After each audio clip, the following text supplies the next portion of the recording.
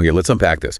You've brought us a really fascinating collection of sources today. They all seem to circle around this single powerful idea, authority. But, not just any authority. We're talking about a spiritual power. Yeah. One that promises light and peace and freedom. So today we're diving deep into a reflection called Christ's authority, light, peace, and freedom, and also some key excerpts from the day of the Lord and Jesus' authority. And that second one pulls from, 1 Thessalonians, Psalm 27, Luke 7, and Luke 4.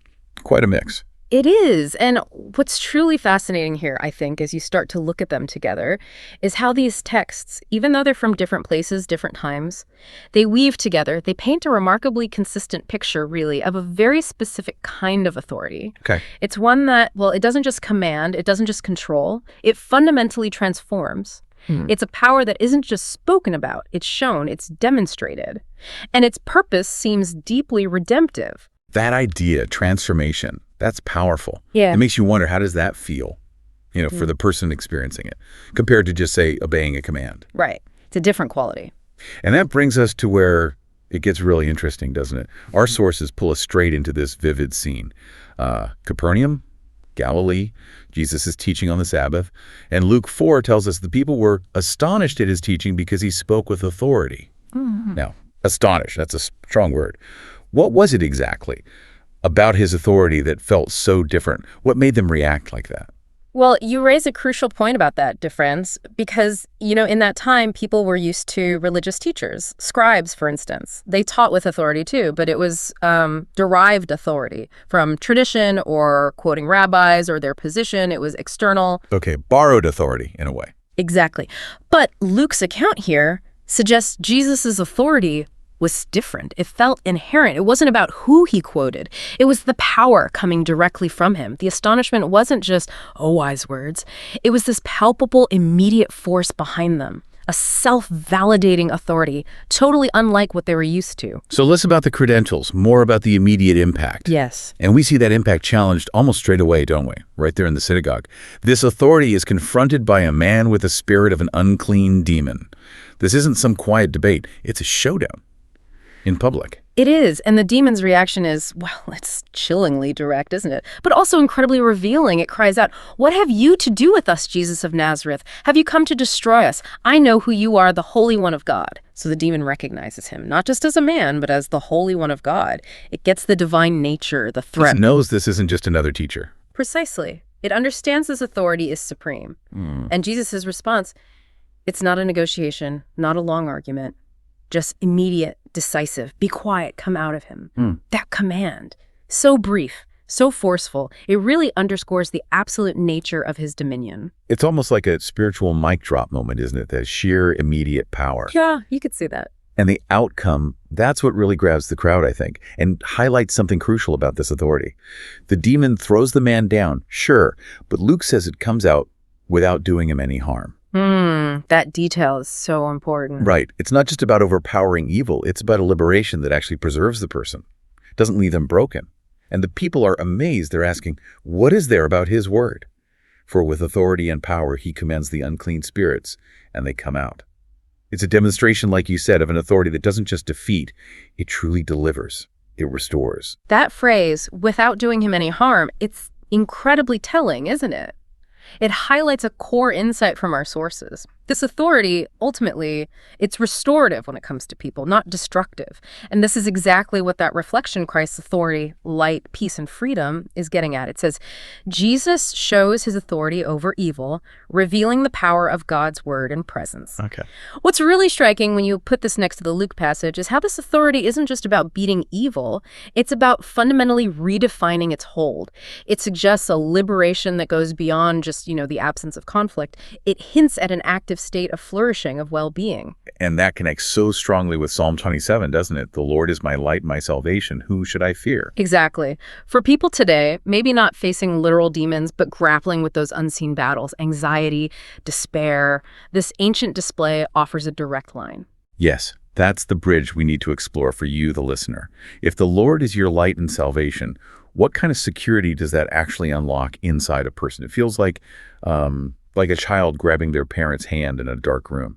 that immediate sense of safety. Hmm. So how does that translate to our internal conflicts, the anxieties, the fears that might not scream out loud but definitely feel oppressive? That's a crucial question, because the power shown in Capernaum wasn't just about an external act and exorcism. It was a sign, a testament to an authority over all darkness, seen and unseen.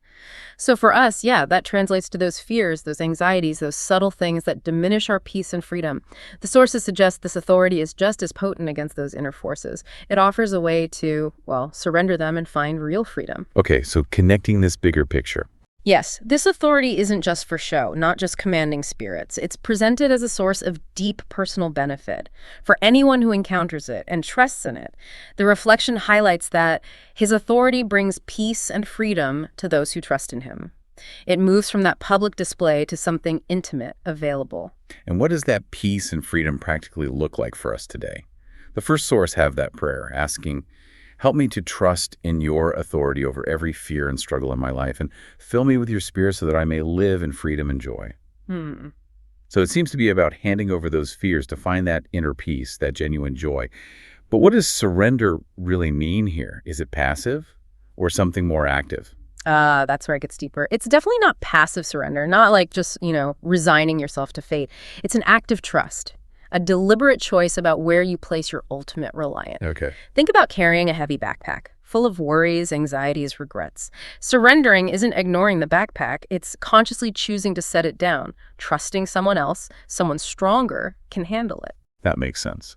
And this peace, it isn't just the absence of noise or conflict. It's an inner stability, a calm even when things outside are chaotic, because your fundamental security isn't tied to your own ability to control everything. Right. And the freedom, it's not licensed to do anything. It's liberation from the things that bind you. Fear, guilt, destructive patterns, and freedom to live with purpose and joy. That distinction, passive versus active surrender, that feels really important. It is. It also helps us understand why the crowds were so amazed back then. It wasn't just a miracle, it was the significance of who was doing it. The Alleluia verse from Luke 7 gives us a clue, doesn't it? A great prophet has arisen in our midst, and God has visited his people. Yes, that's huge. It's not just a prophet speaking for God. It's like God acting decisively through this recognized prophet. It signals a major divine intervention, a new kind of power, new hope. Absolutely. It's like an announcement. A new era is dawning. God is directly engaging. For people back then, the idea of God visiting his people carried immense weight. It meant salvation, justice, the fulfillment of promises. Seeing this authority made real, it meant their deepest hopes were being addressed right there. And it brings it right down to the individual level, too. Yeah. Our source asks that question. What fear or burden can I surrender to Jesus today so that his peace may dwell in me? It's like a personal invitation, but it's wrapped in this huge story of divine power and history, making that big authority personally accessible. Precisely. And these ideas, light, peace, salvation, they don't just stop there. They extend into how we're meant to live, especially looking towards the future. Paul, in 1 Thessalonians 5, really expands on this. He says, look, concerning times and seasons, you have no need for anything to be written to you. Why? For you yourselves know very well that the day of the Lord, that big moment of judgment and redemption, will come like a thief at night. Okay, so there's an expected event. Right. And this sets up a really profound distinction based on whether we're aware of this authority and how we respond to it. The warning seems pretty stark for those who aren't paying attention. Paul says, when people are saying peace and security, then sudden disaster comes. They won't escape. It's a picture of complacency, really. It is. But then he makes this crucial distinction. But you, brothers and sisters, are not in darkness, for that day to overtake you like a thief. For all of you are children of the light and children of the day. We are not of the night or of darkness. So what does that practically mean? What defines being of the night versus of the day? Well, the distinction isn't about knowing the exact date on a calendar. It's about your fundamental orientation, your worldview, almost. Being of the night or darkness seems to mean a kind of spiritual unawareness, being caught up only in the immediate, the superficial, living as if ultimate things don't matter. Whereas children of the light implies you are aware of this ultimate authority and what it means. So Paul says, let us not sleep as the rest do, but let us stay alert and sober. It's not just about staying awake physically. It's spiritual, mental preparedness, clear-headedness about what truly matters, where your real hope is. So being spiritually perceptive, grounded, not getting swept away by every passing trend or worry. Exactly. And the reason for this alertness is profound. Paul says God did not destine us for wrath, that destructive judgment, but to gain salvation through our Lord Jesus Christ, who died for us, so that whether we are awake or asleep, we may live together with him. So it's not a message meant to instill fear about the future. No, it's the opposite. It's about hope, assurance for those who are living in that light. It's about a foundational certainty, regardless of the unknowns. It shifts the focus, doesn't it? From anxiety about what might happen to the security of what's already been achieved through this authority. Precisely. It liberates you from that paralyzing fear of the unknown, allows you to live with hopeful anticipation, not dread. It's like having an internal compass for hope, even when the map ahead is blank. And this ties beautifully back to Psalm 27 again, especially that refrain.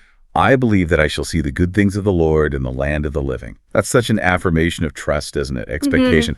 A hopeful outlook, even when things are uncertain, reinforces that children of the day idea. It really does. And Psalm 27 expresses this single core longing that defines that hopeful stance. One thing I ask of the Lord, this I seek, to dwell in the house of the Lord all the days of my life, that I may gaze on the loveliness of the Lord and contemplate his temple. This one thing, it's not about getting stuff. It's about intimacy, connection to the source of authority, pursuing God's presence. And the psalm ends with that powerful instruction. Wait for the Lord with courage, be stout-hearted, and wait for the Lord. This isn't passive waiting, not like waiting for a bus. It's active, hopeful, courageous trust in this authority and the good things it promises. It's resilience, not resignation. Active, courageous waiting. That's a powerful image. It really shifts the dynamic, doesn't it? From feeling like a victim of circumstances to being an intentional participant in something bigger. So when we bring all this together, what does it truly mean to live out this light? We've got this incredible picture of authority, bringing peace over fear, light over darkness, and this clear call to live in that light, alert, hopeful. How do we translate that theory into our daily lives beyond just our own personal comfort? That's where the community piece becomes so vital. Paul finishes that section in 1 Thessalonians 5 with a clear directive flowing right out of this understanding. He says, therefore, encourage one another and build one another up, as indeed you do. So it's not just an individual thing. Not at all. This authority, this hope, they're not meant to be hoarded or experienced in isolation. If you're a child of the light, filled with that peace, well, that light is meant to be shared. It builds a foundation for mutual support, for strength, for lifting each other up. It's not just about your own freedom. It's a shared responsibility to help others who might be struggling in their own darkness. That's a profound point. This authority has a communal ripple effect, and the Christ's authority reflection pushes that further, urging us to invite him to reign in our hearts and drive away anything that separates us from his love, and that our words and actions reflect your light to those around us. So it's about embodying that authority in our own lives, radiating the peace, the joy we've found. But what does reflecting light look like, tangibly? For us, we're probably not doing public exorcisms. No, probably not. Is it about always talking about it or something deeper, about how you are? I think it's rarely about constant, explicit declarations in daily life. It's more about embodying a consistent integrity, a certain peace. Think of a lighthouse. A lighthouse doesn't shout. It doesn't do dramatic things. It just stands firm. And its light, coming from its internal power source, naturally guides and offers safety to ships in the dark. That's a great analogy. Reflecting light means living with such an internal peace, such an unwavering hope rooted in this divine authority, that your very presence, your words, your actions, how you react to challenges, it subtly illuminates a different way for others. It's about being a steady point of calm and clarity in, let's face it, an often turbulent world. A steady point of calm. I like that. So we've journeyed today from those astonishing displays of authority in Capernaum, authority over literal evil, to the deep promise of peace and freedom it offers each of us personally. And finally, to this practical call. Live as children of light, with courageous, active hope, and radiate that into our communities. Indeed. And it leaves us with a question, doesn't it? If the command of Jesus had such immediate demonstrable power over those forces of darkness back then, what does that imply for the unspoken struggles, the hidden fears, the quiet anxieties that we face today, things that feel just as real, just as encompassing in our own lives? What does it mean for that kind of darkness? That really is the core question, isn't it? Our source asked it right at the start. What fear or burden can I surrender to Jesus today so that his peace may dwell in me. Maybe the answer lies in that active, courageous waiting Psalm 27 talks about.